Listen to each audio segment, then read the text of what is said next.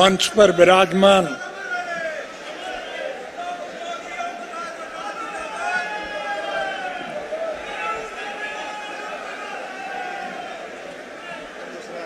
मैंने कई दफा पहले कह दिया था, आज फिर दोहरा रहा हूं, ये जोड़ी थी, एक तो भाग गया, वो फिर आ गया। शुक्र है खुदा का कि उसको अकल आ गई, आ गया। आपको देख करके और भी कुछ भूले भटके जो रास्ता भटक गए थे, वो पुनः आपकी पार्टी में शामिल होना चाहते हैं। आप उन्हें पुचकार लो।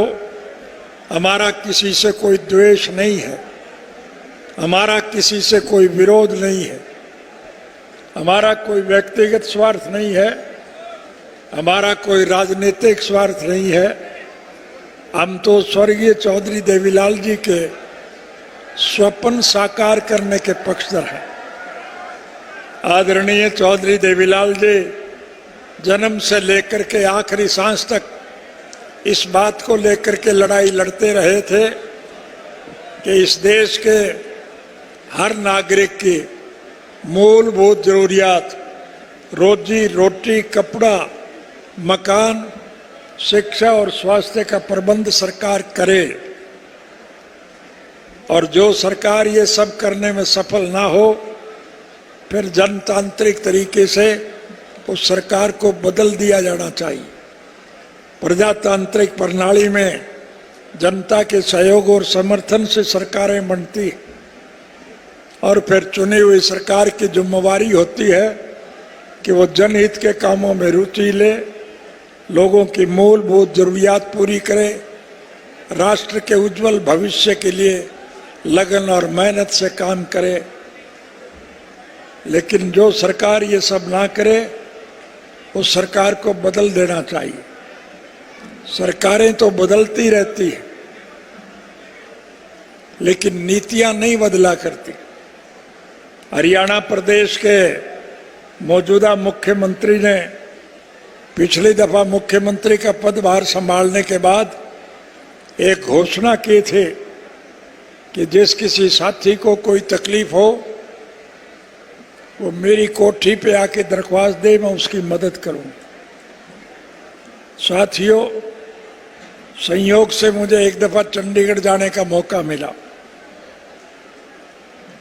और चंडीगढ़ में मैं अपने किसी मित्र से मिलने के लिए जा रहा था। जिस सड़क से मैं जा रहा था, उसी सड़क पर मुख्यमंत्री निवास था। मैंने गौर से देखा, मुख्यमंत्री की कोठी सुननी पड़ी थी, वहां एक भी आदमी नहीं था। मैंने अड़ोस पड़ोस के लोगों को बुला करके पूछा कि भाई मुख्यमंत्री निवास तो सुनना पड़ा है, लोग आते नहीं है क्या? तब लोगों ने मुझे बताया, क्या करे कोई यहाँ आकर के, काम तो किसी का होता नहीं, और जो कोई दरख्वास्त लेकर के आता है, पुलिस वाले पीट करके उसे जेल भेज देते। मैंने उसी दिन से मन में ठान ली कि अगर कभी सरकार बनाने का अवसर मिला तो मैं इस नीति को बदलूंगा। आपके सहयोग और समर्थन से हमें सरकार बनाने का अवसर मिला और मैंने अपने मन में ठानी हुई उस बात को क्रियान्वित किया। पहली कलम से मैंने ये फैसला लिया कि अब लोगों को सरकार के पास आने की जरूरत नहीं, सरकार लोगों के पास जाएगी। मुझे ये कहने की आवश्यकता नहीं, हम साल में एक एक गांव में जाया करता था और गांव के लोगों की तरफ से जो मांग रखी जाती, वो आपकी मांग मानी जाती थी या नहीं मानी जाती थी। मैं आज आपसे फिर निवेदन करने आया, स्वर्गीय चौधरी देवीलाल जी के प्रति सम्मान व्यक्त करते हुए आप लोगों को एक नया निर्णय लेना है। ये मेरे कहने की आवश्यकता नहीं, मंच पर आपने देखा समूचे भारतवर्ष के विभिन्न राजनीतिक पार्टियों के अग्रणी नेता आपके सामने बैठे हुए थे। और सब ने ये मन बनाया हुआ है कि इस कुशासन का अंत किया जाए। आज कोई सरकार नहीं है, ये तो लुटेरों का एक गिरोह है जो दोनों हाथों से देश की संपत्ति को लूटने पर लगे हुए। हमारा ये देश कृषि प्रधान देश, इस देश की अर्थव्यवस्था केवल खेती पर टिकी है। अगर किसान खुशहाल है तो देश माला माल है, और अगर किसान कंगाल है तो देश का बुरा हाल। आज इस मौजूदा सरकार ने किसानों की हालत बहुत दयनीय बना दी। आज हमें न बिजली मिलती है न पानी मिलता है। खाद और बीज के लिए हम लाइन पे लगते, फिर भी प्रभु की अगर कृपा हो जाए, हमारे खेतों में भरपूर फसल हो जाए, तो फिर हमें उसका लाभप्रद मूल्य नहीं मिलता है। हमारा उत्पादन कोड़ियों के भाव छीना जाता है। लेकिन अजीब विडंबना है कि जो उत्पादन हम बेचते हैं उसमें से जो चीज पैदा होती है उसे महंगे दाम पर बेचा जाता है। गन्ना हम पैदा करते हैं, वो मंडी में लिया जाता है और कई कई साल तक किसान को उसकी पेमेंट नहीं होती। लेकिन गन्ने से जो चीनी बनती है उसके दाम रोज बढ़ते हैं। चना, दाल, मूंग, मोस, मसर, अरहर हम पैदा करते हैं, वो मंडी में लूटा जाता है। लेकिन उसमें से जो दाल बनती है वो बाजार में महंगी बिकती है। सरसों, तारा मीरा, तोरिया, अड़सी हम पैदा करते हैं, वो मंडी में ली जाती है। लेकिन उसमें से जो तेल निकलता है वो महंगा बिकता है। हम ट्रैक्टर से खेती करते हैं, उसका डीजल का भाव रोज बढ़ता है। लेकिन हवाई जहाज में जो तेल जलता है वो रोज मंदा होता है, क्योंकि उसमें पूंजीपति वर्ग के लोग सफर करते हैं। ये सरकार लुटेरों की सरकार इस प्रकार के कानून बनाती है जिससे इस देश का पैसा मुट्ठी भर बड़े उद्योगी घराने उनके पास चला जाए और वहां से ये लूट के खाते हैं। इसलिए मैं आपसे निवेदन कर रहा हूं, आज परिस्थितियां बदल गई। बदले हुए हालात को ध्यान में रख करके हम सबको एक निर्णायक लड़ाई लड़नी पड़ेगी। दोस्तों, मुझे दुनिया के 152 मुल्कों में जाने का अवसर मिला है। सैर सपाटा करने के लिए नहीं, मैं हर मुल्क के राजनीतिक, आर्थिक और सामाजिक हालात की जानकारी हासिल करने के लिए गया था। विश्व के हर मुल्क में जाकर के मुझे एक बात को देख करके बहुत प्रसन्नता हुई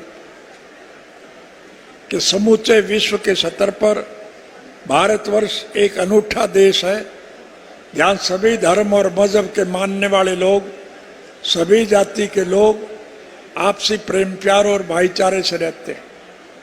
हिंदू, मुसलमान, सिख, ईसाई, चमार, धानक, वाल्मीकि, रेगर, खटीक, खाती, कुमार, लुहार, सुनार, मणिहार, नाई, तेली, धोबी, मोचे, ब्राह्मण, बनिया, व्यापारी, कर्मचारी, कारखानेदार और मजदूर, किसान और कमेरा, आज इस देश का हर नागरिक इस कुशासन से दुखी है, परेशान। जेल से रिहा होने के बाद मैं सबसे पहले उन साथियों का आभार व्यक्त करने के लिए गया जो पिछले 1 साल से भी लंबे अरसे से गर्मी सर्दी की परवाह किए बिना, बारिश की परवाह किए बिना, भूखे प्यासे दिल्ली के चारों तरफ सड़कों पर डेरा जमाए बैठे हैं। इसलिए धरने पर बैठे हैं ताकि केंद्र की सरकार की तरफ से बनाए गए ये 3 काले कानून जो किसान विरोधी हैं उन्हें वापस लिया जाए। प्रधानमंत्री इस बात पर बजित थे कि बने हुए कानून कभी वापस नहीं होते, लेकिन वो बधाई के पात्र हैं और मैं उन बहादुरों को बधाई दूंगा जिन्होंने दृढ़ निश्चय के साथ एक प्रण लिया कि हम मर जाएंगे लेकिन जब तक ये 3 काले कानून वापस नहीं होंगे हम धरने से पीछे नहीं हटेंगे। आखिर झक मार करके प्रधानमंत्री को झुकना पड़ा। वो तीनों काले कानून वापस लिए और किसानों से माफी मांगी। संगठन में बहुत शक्ति है, इसलिए मैं आज आपसे फिर निवेदन करने आया कि इन बिगड़े हुए हालात को ठीक करने के लिए हम सबको इकट्ठे होकर के एक लड़ाई लड़नी और लड़ाई में आपको सफलता मिले, इसके लिए मैं आपसे एक ही बात कहना चाहता हूं। आज की इस मौजूदा सरकार ने स्वर्गीय चौधरी देवीलाल जी के बनाए हुए उस वृद्धावस्था कानून को मिटाने का काम किया। उन बुजुर्गों की पेंशन काटी गई। मैं उन बूढ़े बुजुर्गों को ये आश्वासन देना चाहता हूँ, सरकार निश्चित रूप से आपकी बनेगी और जब आपकी सरकार बनेगी तो जो पेंशन आपकी काटी गई है उसका सारा पैसा मैं ब्याज के हम आपके पास भिजवाने का काम करें। और मैं घोषणा करता हूं कि सरकार बनने के बाद वृद्धावस्था पेंशन 10,000 रुपये माहवार हम करने का काम करें। हम महिलाओं को अलग से 1,000 रुपया प्रति माह के हिसाब से देंगे। बेरोजगार युवकों को रोजगार देने का प्रदान किया जाएगा। पढ़े लिखे युवाओं को सम्मान भत्ता 21,000 रुपया दिया जाएगा। हमारी सरकार बनने पर 1 साल के अंदर अंदर हम SYL नहर का निर्माण करेंगे और आपकी प्यासी धरती को पूरा पानी देने का काम करेंगे। गरीब लोगों को अनेक प्रकार की सुविधाएं प्रदान करेंगे।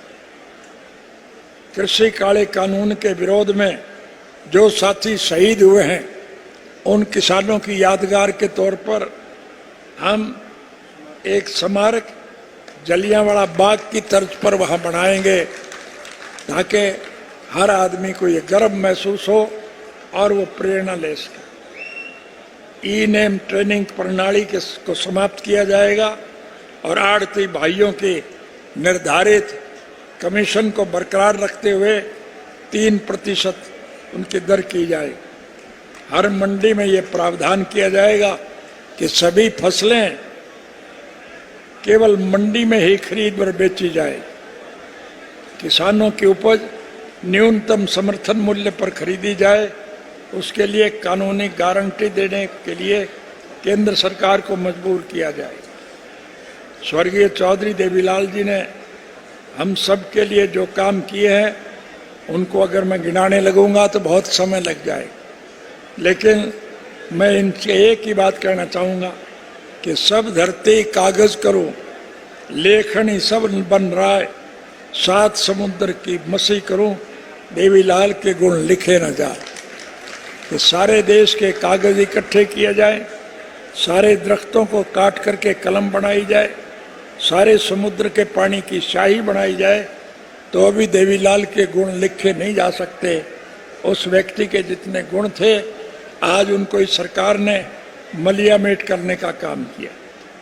जिस सरकार के राज में 2014 में केंद्र की सरकार में 56 करोड़ 51 लाख रुपए का कर्ज था, आज 8 वर्षों में ये कर्जा बढ़कर 139 लाख करोड़ हो गया है। कर्ज का ब्याज चुकाने के लिए कर्ज लिया जाता है, कर्मचारियों को तनख्वाह देने के लिए कर्ज लेना पड़ता है। हर पैदा होने वाला बच्चा अपने सर के ऊपर 2 लाख का कर्जा लेकर के पैदा होता है। हरियाणा प्रदेश में जब हमारी सरकार गई थी, हमने सरकार के खजाने में हजारों करोड़ रुपया छोड़ा था। आज हरियाणा सरकार के सर के ऊपर 2.5 लाख करोड़ से ज्यादा का कर्जा है। उन कमबख्तों से पूछना कि ये कर्जा किस बात का है। विकास के नाम पर कहीं एक ईंट नहीं लगी। जो सड़कें हमारे सरकार के वक्त में बनी थी आज वो टूट गई, उनकी मरम्मत तक नहीं हो रही। बिजली और पानी का अभाव है, खाद और बीज के लिए हम लाइन में लगे रहते, हमारी उपज का हमें लाभप्रद मूल्य नहीं मिलता है। जरूरियात जिंदगी की चीजों के दाम निरंतर बढ़ते जाते हैं। ट्रैक्टर से हम खेती करते हैं, डीजल का भाव रोज बढ़ता है, लेकिन हवाई जहाज में जो तेल जलता है उसके दाम रोज कम होते हैं, क्योंकि उसमें पैसे वाले लोग सफर करते हैं। ये सरकार किसान विरोधी सरकार है, इसलिए इस सरकार का पतन करना अति आवश्यक है। आज हरियाणा प्रदेश में निरंतर अपराध बढ़ रहे हैं। 4 लाख महिलाओं के साथ, 1.5 लाख से अधिक बच्चों के साथ, 50,000 से अधिक दलितों के साथ आज झगड़े हो रहे, मुकदमे बनाए जा रहे। प्रतिदिन हत्याएं, 4 बलात्कार, 6 अपहरण, हर तीसरे दिन एक गैंगरेप। बेरोजगारी हरियाणा में 37.3% बढ़ी। पढ़े लिखे डिग्री प्राप्त युवक नौकरियों के लिए मारे मारे फिरते हैं। चपड़ासी और माली की नौकरी भी उन्हें नहीं मिलती। एनसीआरबी की 2021 की रिपोर्ट के अनुसार 42,000 दिहाड़ीदार मजदूर, हरियाणा में 535 दिहाड़ीदार मजदूरों में आत्महत्या की है। विजय माल्या, ललित मोदी, मेहुल चोकसी व नीरव मोदी जैसे कई लोग लाखों करोड़ रुपए बैंकों से लेकर विदेशों में जाकर के बस गए। कहाँ तो ये सरकार ने वायदा किया था कि हम विदेशों का काला धन इस देश में लाएंगे और 15 लाख रुपए प्रति व्यक्ति देंगे, और कहाँ आज हमारे बैंकों का पैसा मुट्ठी भर लुटेरे लेकर के विदेशों में चले गए। घरेलू गैस का सिलेंडर जो 420 रुपए में मिलता था, आज वो 1100 रुपए में मिलता है। स्वामी विवेकानंद ने कहा है कि अतिष्ठित जागृत प्राप्य वारा निबोधित, उत्तिष्ठित जागृत प्राप्य वारा निबोधित। उठो जागो और तब तक मत रुको जब तक अपने लक्ष्य तक ना पहुंच जाओ। इसलिए हिम्मत और हौसले की जरूरत है। आपकी हिम्मत और हौसले से देश में राजनीतिक बदलाव आएगा, और जब राजनीतिक बदलाव आएगा तो फिर आपको सारी सहूलियात मिलेगी। हमारी सरकार के वक्त में 3,206 बच्चों को जो हमने नौकरी दी थी, उसकी वजह से मुझे 10 साल की सजा काटनी पड़ी थी। जिन बच्चों को हमने नौकरी दी उनकी तो तरक्की हो गई, लेकिन नौकरी देने वाले को 10 साल की सजा काटनी पड़ी। अब के मैं आपसे वायदा करके जा रहा हूं, राज बना लो। जब आपकी सरकार बनेगी तो हम हर बच्चे को निःशुल्क शिक्षा देंगे, कोई पैसा खर्च नहीं होगा। और पढ़ने वाला बच्चा यदि बीमार हो जाए तो उसका मुफ्त में इलाज कराएंगे, और पढ़े लिखे युवक को उसकी योग्यता के मुताबिक नौकरी देंगे। हर बच्चे को नौकरी देंगे। किसी योग्य बच्चे के माँ बाप ने किसी मजबूरी में वोट चाहे कहीं भी दिया हो, हम उसमें वोट की राजनीति का दखल नहीं मानेंगे। हम हर बच्चे को नौकरी देंगे। 3206 बच्चों को नौकरी देने की वजह से मुझे 10 साल की सजा हुई थी। अब के मैं लाखों बच्चों को नौकरी दूंगा, चाहे बाद में मुझे फांसी टूटना पड़े। मुझे उसकी प्रकाश टुटाड़ा जिंदाबाद जिंदाबाद जिंदाबाद। इसलिए मैं आपसे निवेदन करना हूं, हिम्मत और हौसला कायम रखो। आपसी प्रेम प्यार और भाईचारे से मिलजुल कर देश के इस दूषित वातावरण को बदलने में अहम भूमिका निभाओ। आज समूचे विश्व की निगाह आप पर टिकी है। आपकी हिम्मत और हौसले के हर साथी इंतजार में बैठे हैं। आपकी हिम्मत से परिवर्तन आएगा। कमेरे इस देश के राजभाग के मालिक होंगे और लुटेरे जेल की सलाखों के पीछे बंद किए जाएंगे। ये मैं आपसे वायदा करता हूँ। सीधी जाटी भाषा में एक ही बात आपसे कहना चाहूँगा, राज बना लो, फिर थारे सारे खोट में काट दूंगा, तुम्हें कोई दिक्कत और परेशानी नहीं होगी। यही बात कहने में आपके बीच में आया था। आपने इतनी भारी संख्या में यहाँ आकर के हमारा जो हौसला बढ़ाया, उसके लिए मैं आपका आभार व्यक्त करता हूँ और भगवान से प्रार्थना करूँगा आपका हमारा ये सहचार सदा कायम रहे। आप सबका बहुत बहुत धन्यवाद। इंडियन नेशनल लोकदल पार्टी जिंदाबाद जिंदाबाद जिंदाबाद दाऊद देवलाल अमर रहे अमर रहे अमर रहे। जब तक सूरज चांद रहेगा दाऊद तेरा नाम रहेगा। लोक पुरुष चौधरी ओम प्रकाश चौटाला जिंदाबाद जिंदाबाद जिंदाबाद हरियाणा की शान लोक पुरुष चौधरी ओम प्रकाश चौटाला